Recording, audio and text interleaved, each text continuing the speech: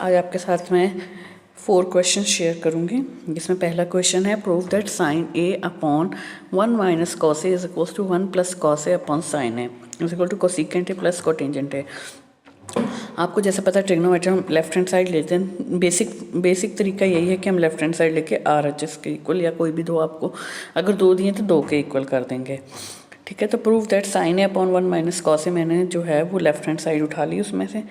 अब यहाँ पे मुझे दिख रहा है कि ऊपर 1 प्लस कॉस ए होना चाहिए, नीचे साइन ए। तो मेरा दिमाग कहता है कि 1 प्लस कॉस ए तो तभी आ जाएगा जब मैं इसको रैशनलाइज कर दूँ डिनोमिनेटर को।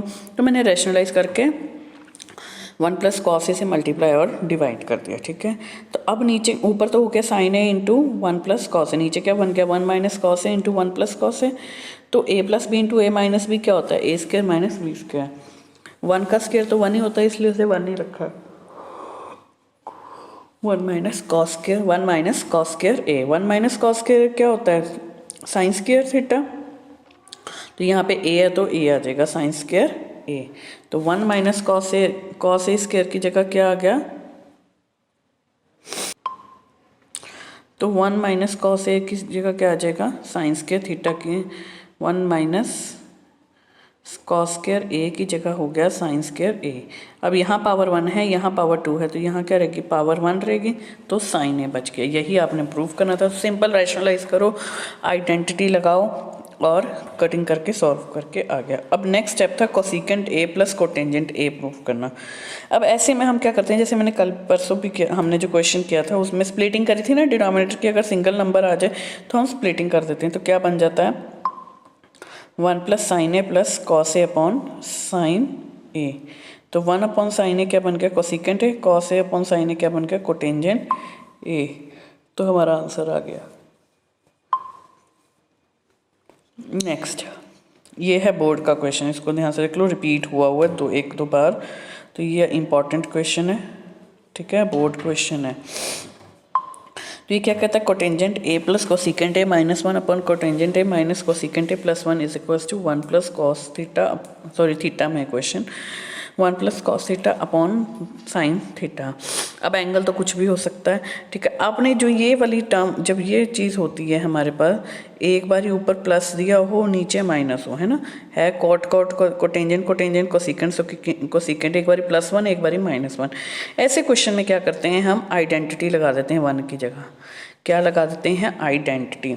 तो 1 किसके इक्वल होता है ना, कोसेकेंट थीटा और कोटेंजेंट थीटा की आइडेंटिटी, जिससे 1 आ जाए तो वो है ये आइडेंटिटी।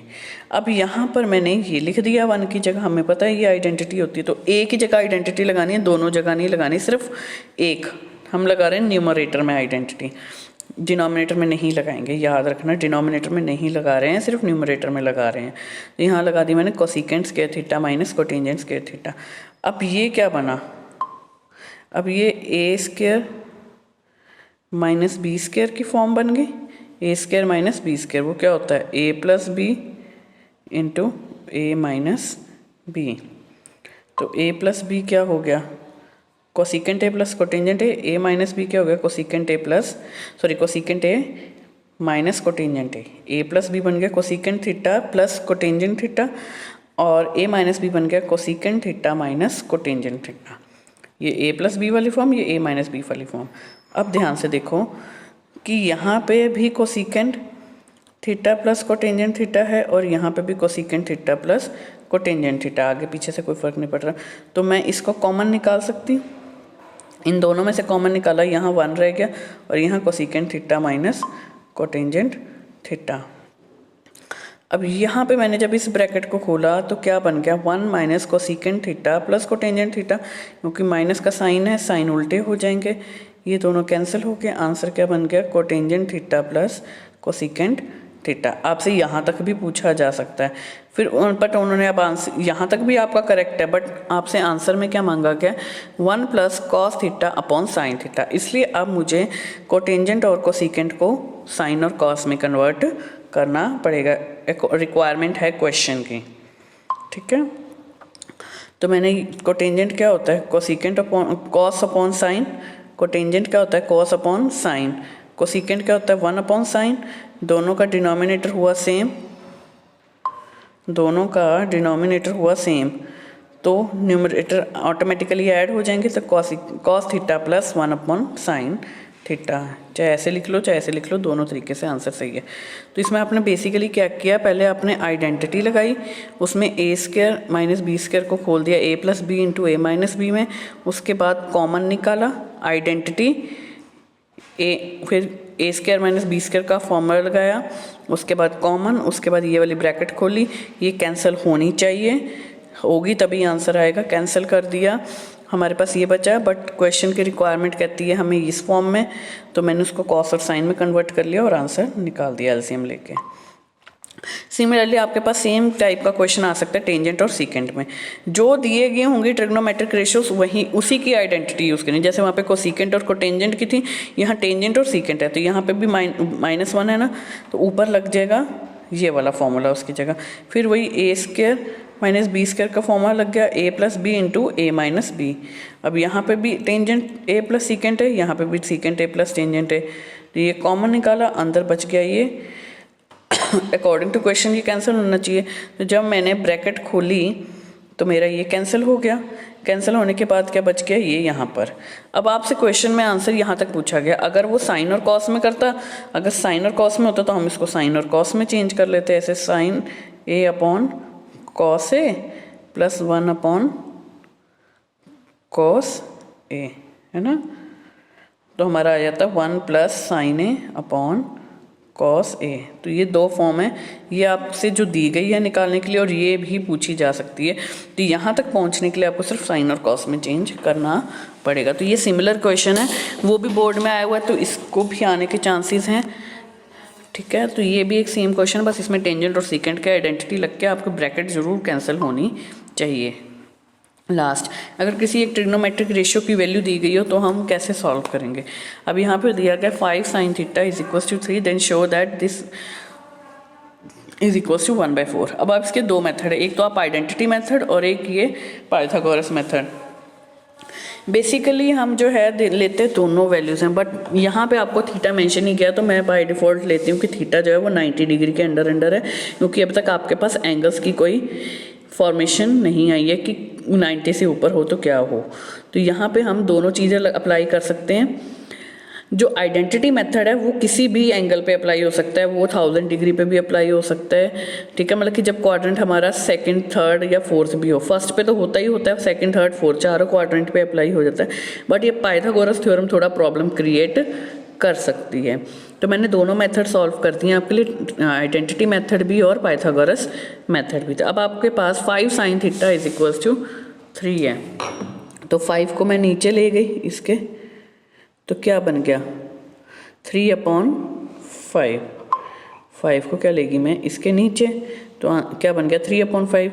और साइन क्या होता है, perpendicular over base, perpendicular over hypotenuse, perpendicular over hypotenuse. तो इसमें अगर मैं पाइथागोरस लगाऊं तो मेरा बेस निकल सकता है, तो h square is equal to P square plus B square.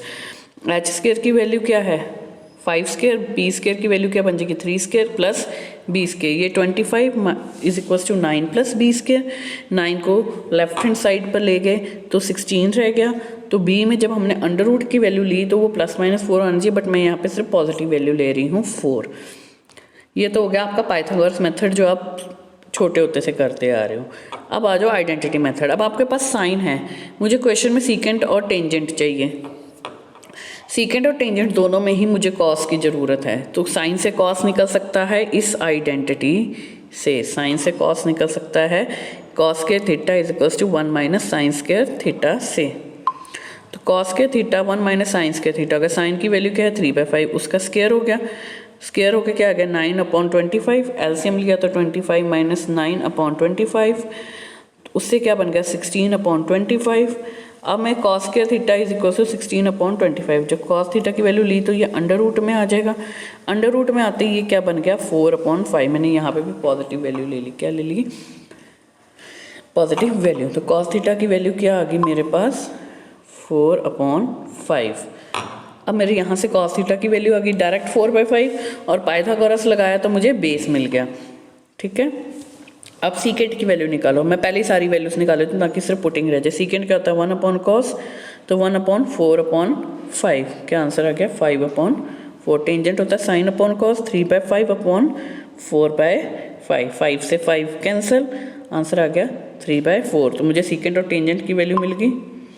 अब सीकेंट और टेंजेंट की वैल्यू मिल गई तो अब मैं इनको पुट कर दूंगी, 5/4 माइनस 3/4 अपॉन 5/4 माइनस 3/4, तो 5/3 अपॉन 4, 5 + 3 अपॉन 4, 4 से 4 कैंसिल, 2/8 कटिंग करके 1/4, दिस इज़ योर आंसर।